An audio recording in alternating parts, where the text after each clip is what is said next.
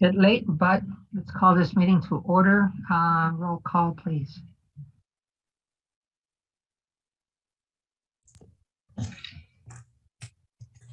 Mr. Allegretti? Here. Ms. Kendall? Here. Mr. Rice? Mr. Wilson? Here. Mr. Diaz? Here. Thank you. Actually, Tony Rice checked in with me earlier today. Apparently he's got to change his schedule at work, so he has to fill in for some of his people. So he's not able to be here. Just to go quickly through agenda, welcome everybody. It's another Friday night. We'll be able to cover as much as we can, but we are prepared to do 3 cases as listed in the agenda. So we'll do public input first, and then we'll move on to closed session to handle the items as listed, and then we'll come back, reconvene at no particular time, just as we go through the cases. But we will come back to vote in public before adjourning for the meeting. Reminder then, we did skip this week's regular meeting. We had been scheduling every month. We've gone now to every 2 months so that we can fit more hearings. And I do apologize to everybody. The calendars were a little bit mixed up. So reminder then, our regular meeting on December 22nd, and that's when we'll be handling that Taser case that we've had pending for a while. Now we'll turn it over to the public input. I'll stop sharing and hopefully be able to call on people as they come up. Zoom hasn't been cooperating. We have Alex Parker in the room too. And then we have 3, 4 other people. Does anyone wish to speak? If so, raise your hand. Thank you. If you got one, please add yourself to the list, and then we'll come back and catch you. All right, Mr. Hansen, your time is yours. Hi, can you hear me okay? Hi, my name is Christopher Hansen. I've been attending these meetings for more than 2 years now, citing numerous problems with the CPRB. Virtually nothing has changed in that 2+ years time. I just wanted to strongly urge any Urbana residents listening not to put yourself through the CPRB complaint process. It's extremely frustrating. It's extremely disappointing. There's virtually nothing good that can come out of it. I've been through it myself. It's not good. The police and city staff do basically everything they can to disrupt and pervert the process. If you've watched the last few meetings, you've even heard about, Carol Mitten's efforts to deny police complaints whenever she can. There's a good chance if you submit a police complaint, it'll be denied in some way. So I don't really see the point of going through it. The people who are supposed to be helping residents go along with the process like this, Cecilia Clark, Preston James, Lamont Peppers, Carla Boyd, they don't seem to have any interest in doing anything but the misconduct of the city staff and the police department. So don't expect any help there. These appeals hearings that the city hired a hearings officer who was completely useless and doesn't advocate for the appellant's rights at all.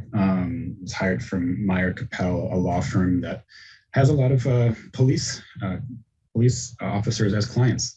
And I'm told by one of the attorneys in that law firm that they would never ever litigate against a police officer because they're have so many interests for the police department. So that's where the hearing officer comes from for these hearings. He doesn't seem to be familiar with the CPRB ordinance, and when it's been violated, he doesn't seem to care. So for that matter, the CPRB members aren't very familiar with our own ordinances and police policies either. So I don't know, if you end up filing a complaint, it'll probably get denied. If you end up going through the appeals process, expect that to be upsetting. The appeals process, everything is basically set up to just give the impression of oversight when there isn't actually any. So some kind of misconduct is identified by the police, and then the CPRB members are tasked with finding that there was no misconduct via whatever rationale they can justify. And we even had instances of CPRB members just lying to the public about what happened within the closed session. Scott Dossett was a huge example of that. Months back, he said in a closed session that he refused to accept any new evidence from the appellant. And then he was called out on that later, and then he told the public that he never said that, and that was just a lie. And he's refused to correct that. He just lied to the public. Last couple weeks ago, Ricardo made some very deceptive comments about an appeals hearing being the appellant wanted the CPRB to rule on an OMA violation. That's not true. That's wrong. That was peripheral to the issue. The issue was an allegation that the UPD aided the mayor in committing crimes against the people of Urbana, and that's exactly what happened. We know that she committed crimes against the people of Urbana. It's documented. It's been determined by the Illinois Attorney General. The CPRB apparently decided that the UPD is free to aid the mayor in that kind of action and doesn't have to do anything. Ultimately, the Attorney General told the mayor to stop committing crimes against the people of Urbana. The city of Urbana had to spend tens of thousands of dollars on this because no one associated with the city would do anything. And the people who should be doing something, people who are, say, police officers, only helped the mayor commit crimes. And the CPRB apparently thinks that that's appropriate. So that's what that hearing was about. Again, this process is really broken. I suggest you stay away from it. I don't think it'll ever get fixed at this rate. Thanks. Thank you for your contribution. Ms. Chung.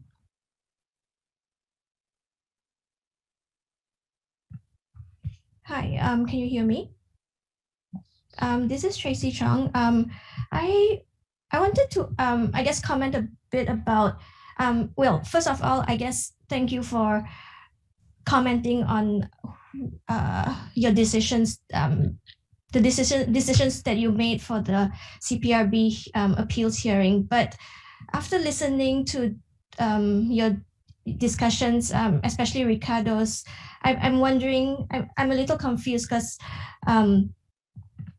it seems like, Ricardo, you were saying that the CPRB is, you said something along the lines that CPRB is not meant to judge on OMA violations, or and you told the public what's the proper procedure to file complaints with the IAG, but that does not seem to be what the complaint was about. So I'm curious, like, how do you guys, like, is it lost in translation? Are you guys making excuses for your decision, or, I mean, how is your comment? How are your deliberations just not based on what the complaint is actually about?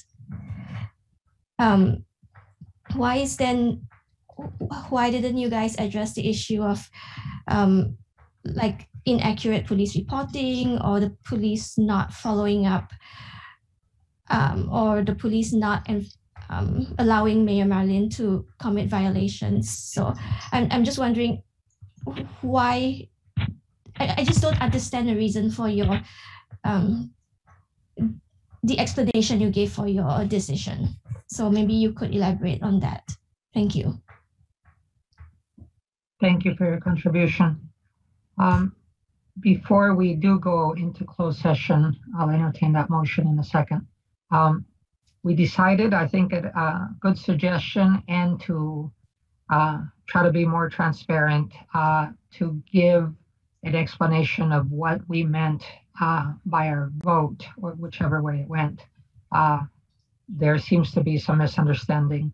The clarification, at the risk of getting too close, the case is, and the discussion is closed.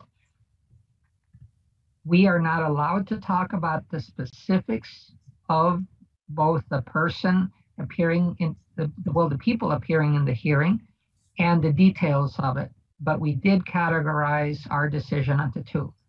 The OMA, the Open Meetings Act, protects the public and is supposed to protect the public from anything going on in which the public is not participant, except in closed hearings. In this particular case, as I put forward, you're welcome to go back to the recording. I spoke of, we learned that OMA, the Open Meetings Act, protects citizens, but not through this venue.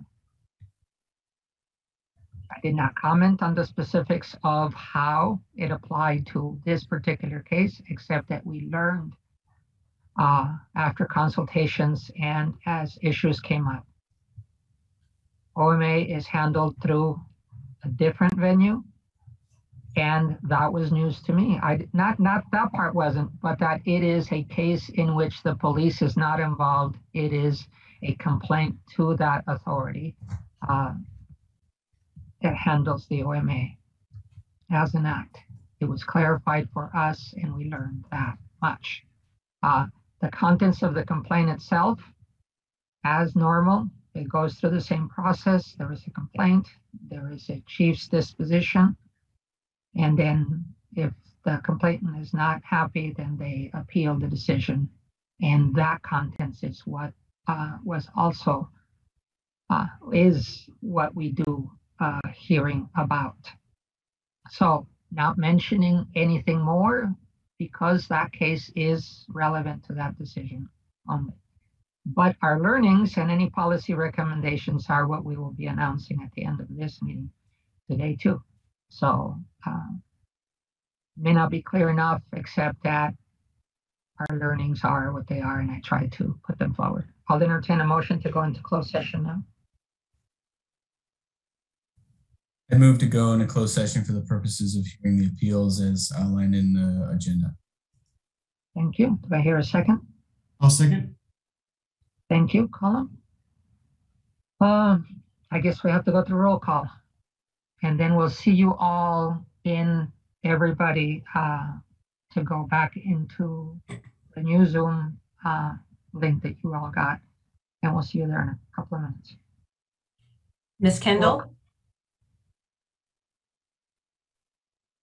Ms. Kendall? Do you want to go into closed session, Katrina? She dropped out I already. think she dropped out, but she didn't get a vote. Yeah, she didn't get to vote. We have 3, which would still cut it, so. Mr. Okay. Wilson? I'm sorry, Mr. Wilson? Yes. Mr. Diaz? Yes? Mr. Allegretti? Say yes. Tony? I said yes. Sorry. Oh, okay. Oh, Didn't okay. hear. All right, we'll see you on the other side. Tony wins the competition for the fastest to be in the room.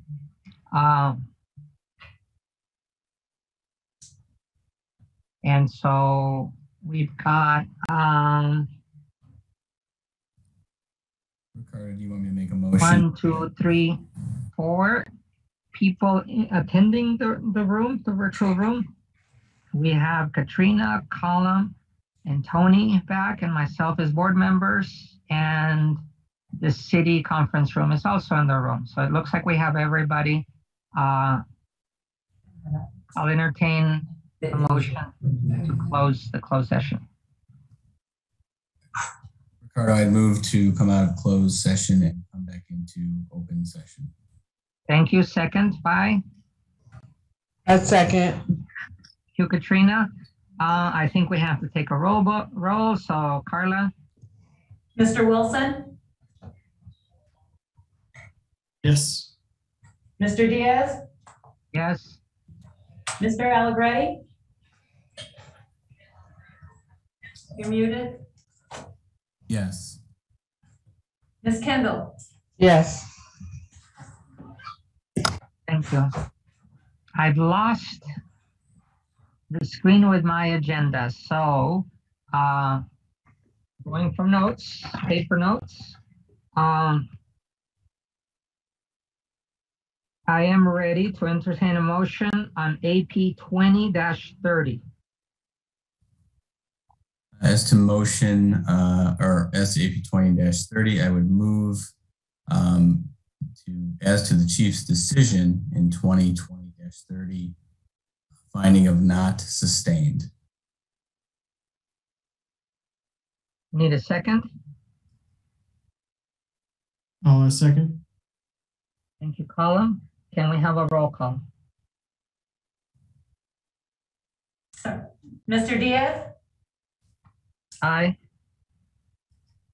Mr. Allegretti, Yes.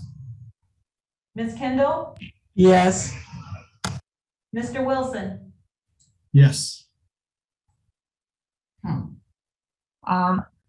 We had agreed to make a comment as to each case for, well, observations from the board. I'm going to make a couple small ones. Anyone on the board can make any more just because we did not get a chance to discuss them. This case helped me understand who might own a public, a press release. And in my particular case, I saw and insist that when a press release comes out, it is the venue or the letterhead and the person putting it out that owns that press release. And so for me, that helped me make a decision. I also learned something new for me. Well, not new, but I learned some backing for it. Not necessarily related to this press release. Lying is not allowed in the police department, and we heard very directly from our police. There's such thing as a Brady law, and the words I heard that got me: lying is lying in official matters is career suicide. So I think that is a fair expectation of our police. The gravity is fair, but that then leads me to take it as seriously as that if it ever comes up. So those are two things I learned from this case. I'll leave it at that. Board members, any other comments? Okay. Yeah, to clarify, I don't believe the position of the board is that anybody was lying in this case. Just to clarify, I don't think that was not our conclusion. Just to reiterate. Yeah, actually it is. And the reason for my first comment had to do with, which related to the finding. Okay, I'm having trouble articulating it, but whoever released it then would be under the responsibility of it, and therefore we find that in this particular case, it was within our purview to do a CPRB because the press release was published within the Facebook page of the police first.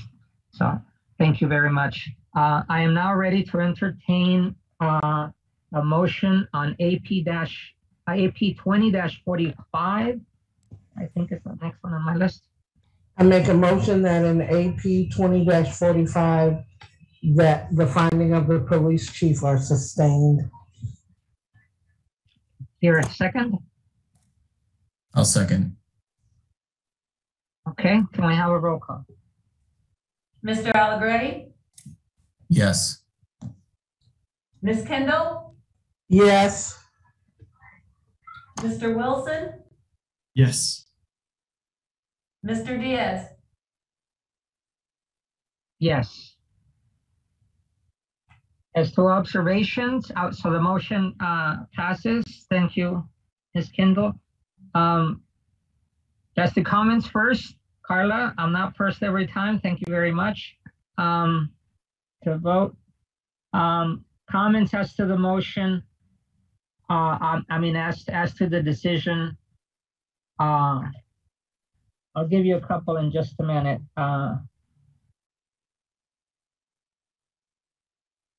Does anybody else have a comment?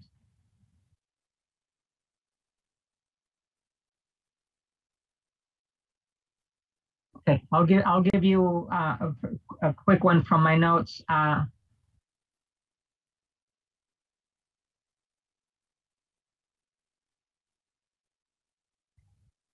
there have been times at which the procedure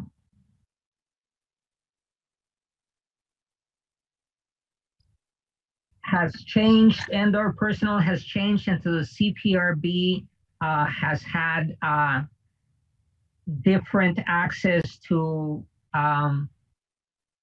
complaints. We don't necessarily all have to see complaints as they come in, but we are supposed to be notified within 7 days. That has not always been true, especially during transition and COVID.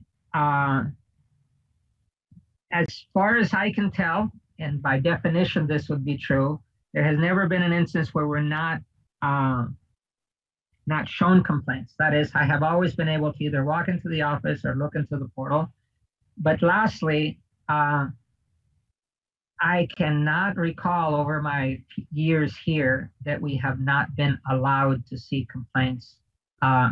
So there is lateness, there has been lateness, but I have always been allowed as a CPRB member to see complaints. And so I think that puts a background to some of the vote that was presented today.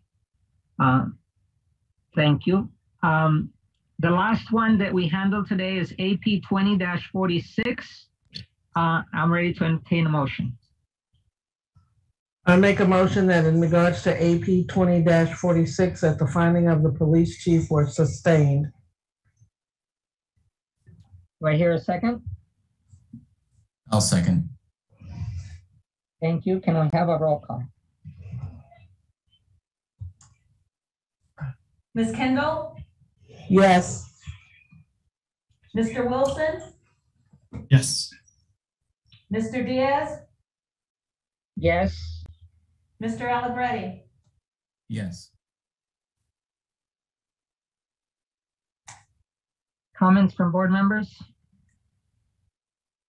Okay, I'll take it up for a second just from my notes again. I wish I would prepare them more, but there is not as much time to do so. While Ricardo's like sort of looking at his notes, I think it's worth mentioning that the board, we have a responsibility as well to make public record our findings and conclusions. It's pretty clear in the ordinance. And we're doing that right now to some extent, in that we can make some comments after the fact, but we're going to have to go back. We're going to have to state more clearly what our findings and conclusions were. And I haven't cleared this with the board, but I think we need to publish that at our next meeting, is to sort of solidify what our stance is in these cases and to provide a little bit of background information. Yeah, I agree with you. While we have to be careful on privacy, I think the learning and our suggestions or recommendations need to be made clear enough that they can be heard.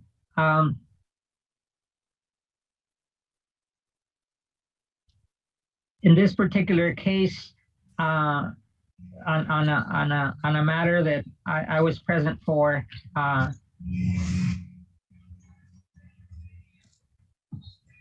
is a clarification, is a purview of administration, not of police. There is no, it is clear that there were lapses at the incident date of getting information, and by agreeing with the letter, we are saying that the lapses did happen, but it was not misconduct by the police. I'd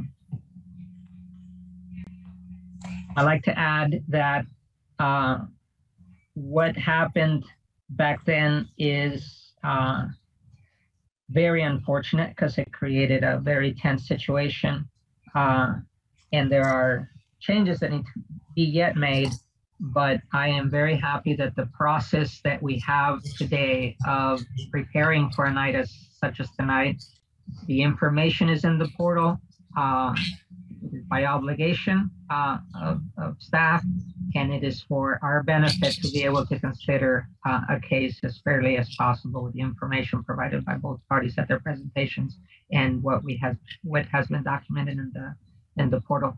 So with that, I'd like to thank everyone for spending your Friday night in trying to clarify past matters and learn as much as possible so we can keep on improving. So have a great night. I'll entertain a motion to finish. I make a motion that we adjourn. Thank you. Seconded. Aye.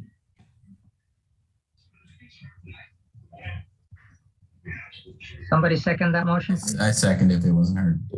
Thank you, Tony. And roll call, and we'll see you as the agenda says in December for our regular meeting in which we'll handle that taser case.